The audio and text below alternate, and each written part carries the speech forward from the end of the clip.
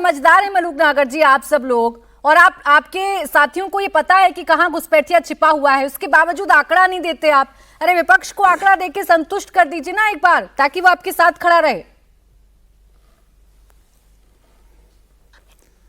प्राची जी, देश के national television पे इस तरह की डिबेट होने से दूसरे देशों में भी हालात और तरह के होते हैं और हमारे हिंदुओं को बांग्लादेश या पाकिस्तान में भुगतना पड़ता है। इसलिए मेरी आपसे प्रार्थना है कि मुझे क्लियर करने देना, बिल्कुल प्लीज। बीच में प्रश्न करने के बजाय मेरी बात खत्म हो जाए फिर खूब प्रश्न करना।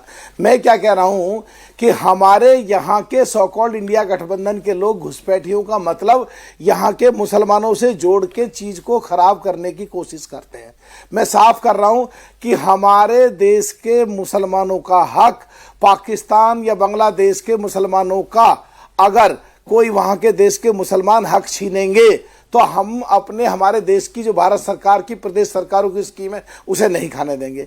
दूसरा, घुसपैठियों से संबंधित और चुनाव आयोग से संबंधित, सीएए से संबंधित, एनआरसी से संबंधित अगर कोई सदन में गया हो या किसी ने पूरी डिटेल में स्टडी करी हो, मेरे हिसाब से सबको समझने की जरूरत है। जब सीएए आया, सो कॉल्ड इंडिया गठबंधन के लोगों ने गुमराह कर दी, झगड़े करा दिए, लोगों की मौतें हो गई, कुछ था नहीं उसमें। अब जो चुनाव आयोग है जो घुसपैठिए निकालो, वापस भेज दो, अरे क्या बात कर रहे हो, इसका कोई मतलब ही नहीं है। चुनाव आयोग में वोट बनते दफे है कि कौन आदमी की बड़ी पूरे कागज नहीं है, किसकी वोट कटनी चाहिए किसकी नहीं कटनी चाहिए। प्राची जी, किसी प्रदेश में 60 लाख, किसी में 80 लाख, किसी में 1 करोड़, किसी में 35 लाख लोग आ रहे हैं जिनकी वोट कट रही है क्योंकि उन पर कागज पूरे नहीं है, तो उनकी वोट कट जाएंगी। उसके बाद में जो रिकॉर्ड होगा चेक, एनआरसी जब लागू होगा, जो देश की अभी सरकार में वो आया नहीं है, संसद ने पास करा नहीं है, अभी वो बिल आया भी नहीं है, तो जब आएंगे निकल करके कि कौन है एक्चुअल में घुसपैठिए, किस किस को बाहर भेजे। अभी पहले ही हल्ला मचा रहे, सूत न जुलाहा लट्ठम लट्ठा, बगैर मतलब की बात। चुनाव आयोग का काम कुछ हो रहा है, चुनाव आयोग का ये बजाय इसके कि अजीज खान साहब और आसिम वकार को आप समझाएं, ये बात आपको बीजेपी वालों को समझानी होगी ना, मुख्यमंत्री को समझानी होगी उत्तर प्रदेश के, उनको समझाइए कि अरे भाई एसआईआर का मतलब घुसपैठिए ढूंढना नहीं होता है। अब बात को तो, अब प्राची जी बात को तो पूरी करने दो। घुसपैठिए ढूंढना ना ढूंढना दो अलग अलग चीज है, किसी को समझ आती नहीं है। घुसपैठिए ढूंढ नहीं रहे हैं, जिनकी वोट बन रही है उनको।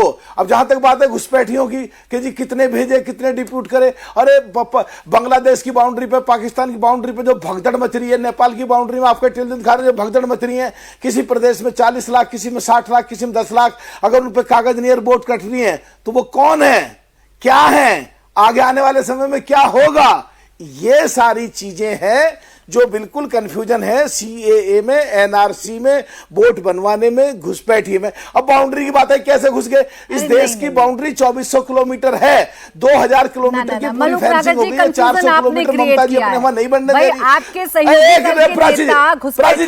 एक लाइन करते तो ना मैं इस पर चर्चा कर रही होती, ना अजीज खान साहब सवाल पूछते, ना आसिम वकार साहब कहते कि आपकी मंशा पर शक है। मैं तो लेटर लेकर बैठी हूँ मलूक नागर जी, अभी मैंने उन साहब को बैठाया भी था अपने साथ। प्राची जी जी प्राची जी, एक लाइन और रह रही है। जी बोलें। 2400 किलोमीटर में से 2000 किलोमीटर पे फेंसिंग होगी, 400 किलोमीटर इनके साथी ममता क्यों नहीं करने दे रही, उससे पूछ लेंगे। 2023 में 17वीं लोकसभा में जब बिल आया, जब बीएसएफ को ताकते दी, सबसे ज्यादा विरोध सो कॉल्ड इंडिया गठबंधन की पार्टियों ने, सबने करा, ममता जी ने ज्यादा करा। तो ये एक तरफ बॉर्डर को खाली रखना चाहते हैं, फेंसिंग करना चाहते हैं ताकि बांग्लादेश के, पाकिस्तान के मुसलमान वो अंदर आ जाए। इस पर नजर डालना भूल गए हैं आप मलूक नागर जी। प्रेम शुक्ला जी, कंफ्यूजन हो गई, अब जरा दूर करिए। हम कर रहे हैं, सुनो, जहां मलूक नागर जी बड़ा स्पष्ट कह रहे हैं भाई एसआईआर अलग है, घुसपैठियों को ढूंढना अलग है, वो बाद में होगा।